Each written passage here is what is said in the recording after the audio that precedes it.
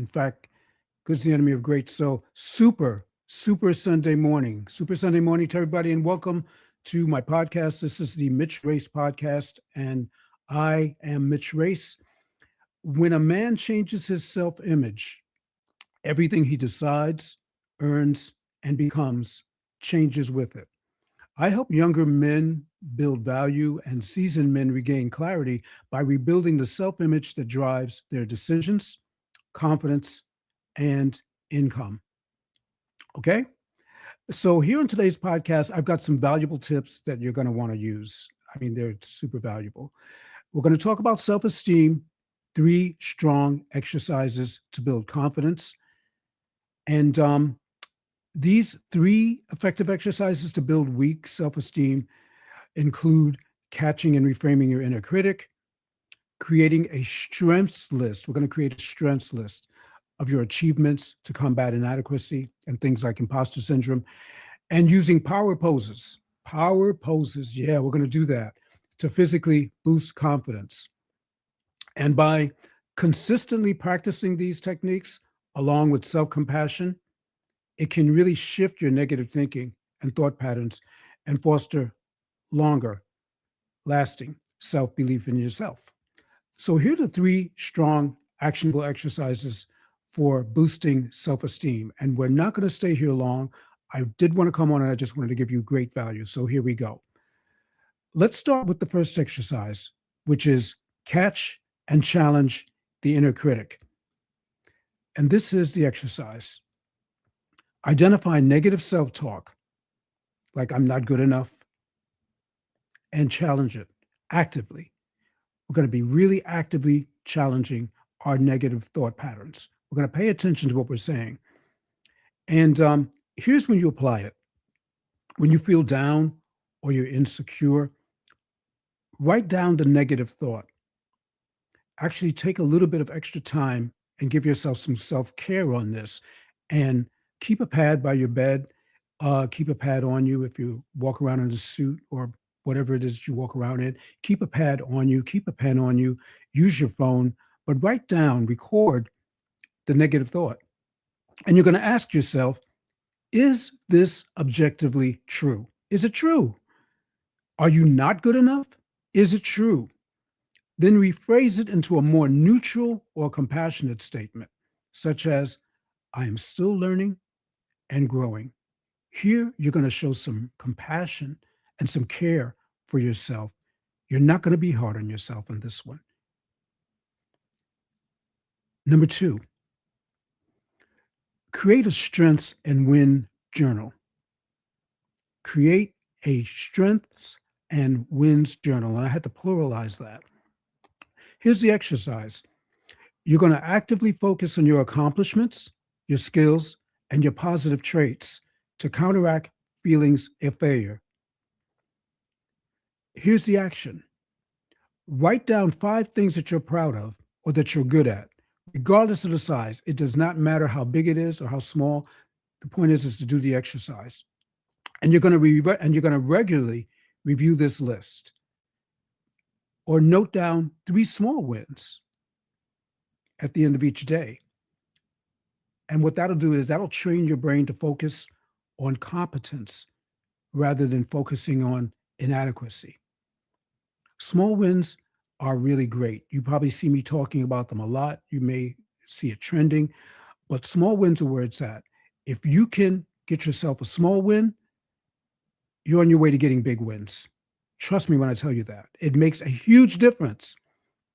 Number three, and I'm really excited again about these things, utilize body language and power posing.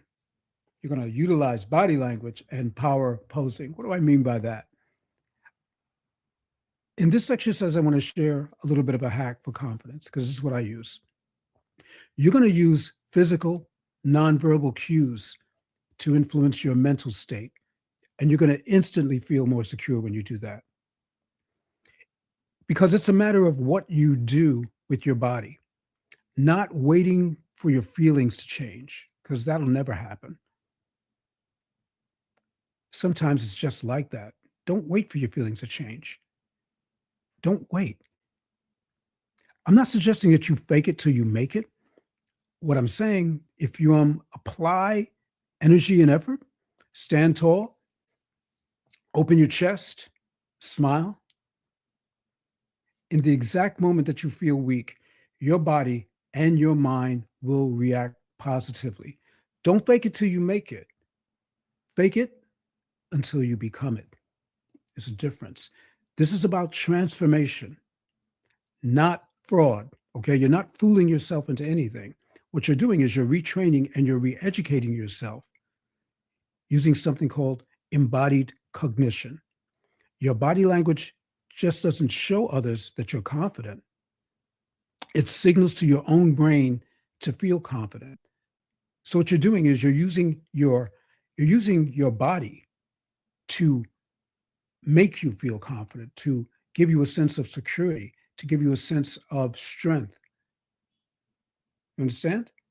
And when you change and you shift your body, you can do it even now. We can do it right now. So put your hands on your hip. Okay, where even if you're sitting, just put your hands right where you are. Put your hands on your hip, put your chest out a little bit, eyes up, smile. If you're tense, if you're not tense, do it anyway. It's a great exercise.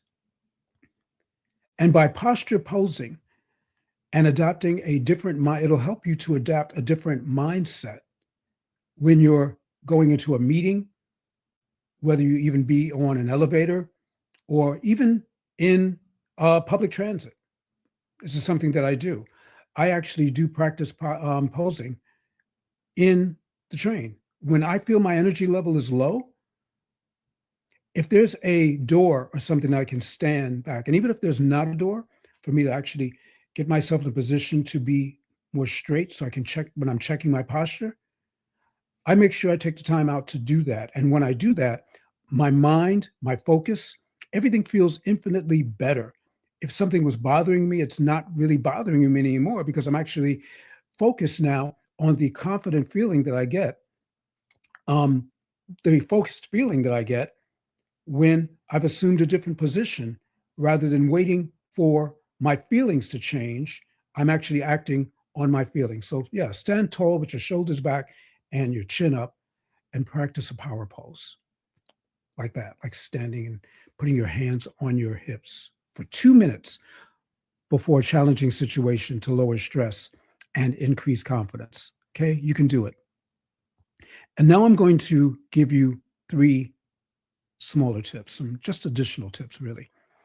Set small, achievable goals. Set SMART goals. Accomplishing small tasks builds a track record of success with yourself, and it reinforces a sense of competence. Practice self compassion. This is also something that you hear me talking about often, and it's really important that you practice self compassion. Treat yourself with the same kindness that you would treat a friend. The things that you would say to a good friend of yours or friend of yours, say those things to yourself. You're important, you're valuable, and you can talk to yourself. If you're afraid to talk to yourself, I challenge you to figure out why. Why? If you're afraid to look in the mirror and say things to yourself, I challenge you to try to figure out why, to say something kind to yourself. How often do you get up in the morning and you walk to the mirror and you just brush your teeth, comb your hair, wash your face, wipe your face off, right, and leave? How about taking just a few extra minutes, maybe one, maybe 30 seconds, just to say something kind to yourself, acknowledge yourself for being here. Tell yourself that you appreciate you. Tell yourself how great you are without self praise, but just letting you know that you've done great things. Remind yourself it's self validation because sometimes you're the only one who's going to be there to validate yourself. And when that happens, who are you going to call? You got you're not calling Ghostbusters. You are going to have to take that time out and evaluate yourself. You're going to have to give yourself the flowers that you're waiting for someone else to give you. So, yeah, practice self-compassion. Do that for you because you matter. And another one that I think is really a big tip is to set boundaries. It took me a while to really understand this, how setting boundaries could really give you confidence, but it can. Learn to say no to protect your energy and your time, which reinforces your own self-worth because you are valuable. And if you do that for someone else in the form of people pleasing, you can do that for yourself in the sense of formulating, reevaluating, understanding, and utilizing, unpacking your own self-worth. So that's what I have for you today on the Mitch Race podcast. I want to thank you for being here. And if you like the content that you heard today, comment, share, and subscribe. Follow me on Instagram, IG. I am Mitch Race. That's IAMMITCHRACE for more great tips and more great content. And I want to thank you again for being here. This has been 3 strong exercises to build confidence. I hope you enjoyed it. I'll see you all next week. Have an amazing weekend, and God bless you. Talk to you soon.